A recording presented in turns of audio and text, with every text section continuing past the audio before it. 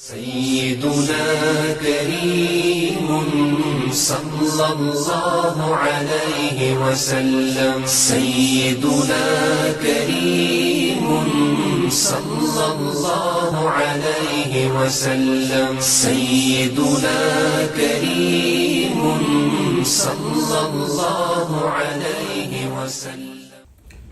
من قتل نفسا بغیر نفس او فساد فی الارض فکأنما قتل الناس جميعا ومن احیاها فکأنما احیا الناس جميعا صدق اللہ مولانا العظیم.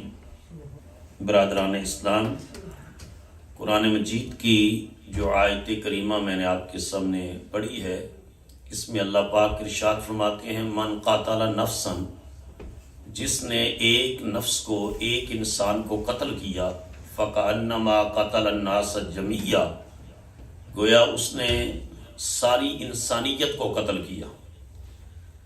جس نے ایک آدمی کا قتل کیا قصاص کے بغیر.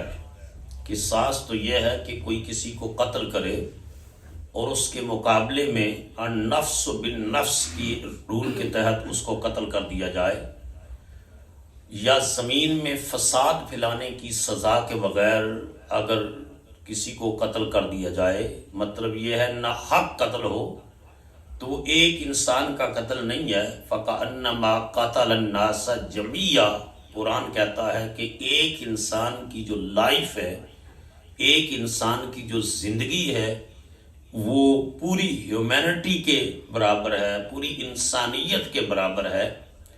اسی طرح اگر کوئی شخص جاں بلب ہے، یعنی کہ کوئی مر رہا ہے اور اس کو زندگی کے اسباب مہیا کر دیے جائیں، تو فرمایا جس نے مرتے ہوئے کو زندگی فراہم کی فَكَأَنَّمَا أَحْيَا النَّاسَ جَمِيعًا، اس نے گویا ساری انسانیت کو زندگی عطا فرمائی ہے.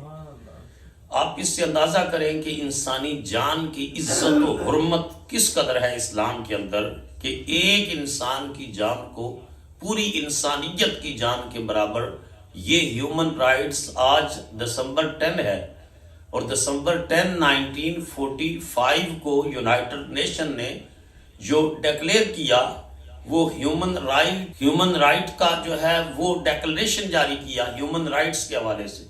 آج انسانی حقوق کا عالمی دن ہے، انسانی حقوق کا، اور انسانیت کو سب سے زیادہ حقوق قرآن حکیم نے عطا کیے ہیں اور میرے رسول کی سنت نے عطا فرمائے. نبی کریم صلی اللہ تعالی علیہ وآلہ وسلم نے ارشاد فرمایا من سالم المسلمون من لسانہ و یدہ، المسلم من سالم المسلمون من لسانہ و یدہ والمؤمن من آمنہ الناس. حضور نے مسلمان کی تعریف یہ کی کہ جس کی زبان اور ہاتھ کے شر سے باقی جو ہے مسلمان محفوظ رہیں. والمومن من آمنہ الناس، اور مومن وہ ہے کہ جس کے شر سے باقی انسان جو ہے وہ محفوظ رہیں.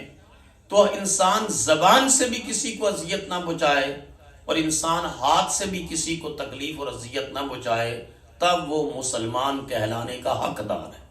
جو انسان زبان کے ذریعے کسی کی غیبت کرتا ہے، کسی کو گالی دیتا ہے، کسی کے اوپر ہاتھ اٹھاتا ہے، کسی کو اذیت دیتا ہے، تو فرمایا وہ مسلمان کہلانے کا حقدار نہیں ہے.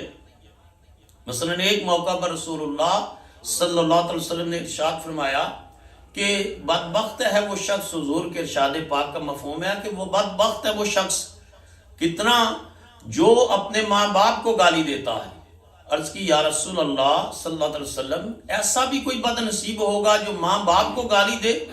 فرمایا ہاں، جس نے کسی کو گالی دی ہے اس نے گویا اپنے ماں باپ کو گالی دی ہے. تو کسی کو گالی دینا یہ ماں باپ کو گالی دینے کے مترادف ہے. تو یہ ارشاد فرمایا کہ جس کی زبان کے شر سے اور جس کے ہاتھ کے شر سے باقی مسلمان محفوظ ہو گئے ہیں، وہ حقیقی معنوں میں مسلمان ہے. اور جس سے لوگ امن محسوس کرے، اس کو دیکھ کر خوف محسوس نہ کریں، اس کو دیکھ کر جو ہے دہشت کا تصور نہ ابھرے، بلکہ اس کو دیکھ کر امن و رافت اور آشتی کا تصور ابھرے. اللہ کی نگاہ میں، اللہ کے رسول کی نگاہ میں وہ شخص مومن کہلانے کا حقدار ہے. تو نبی کریم علیہ الصلوۃ والسلام کی تعلیمات بھی ایسی ہیں کہ جن میں ہمیں پتہ چلتا ہے کہ رسول اللہ صلی اللہ علیہ وسلم کا رویہ انسانوں کے حوالے سے کتنا عرفہ اور اعلیٰ رویہ ہے۔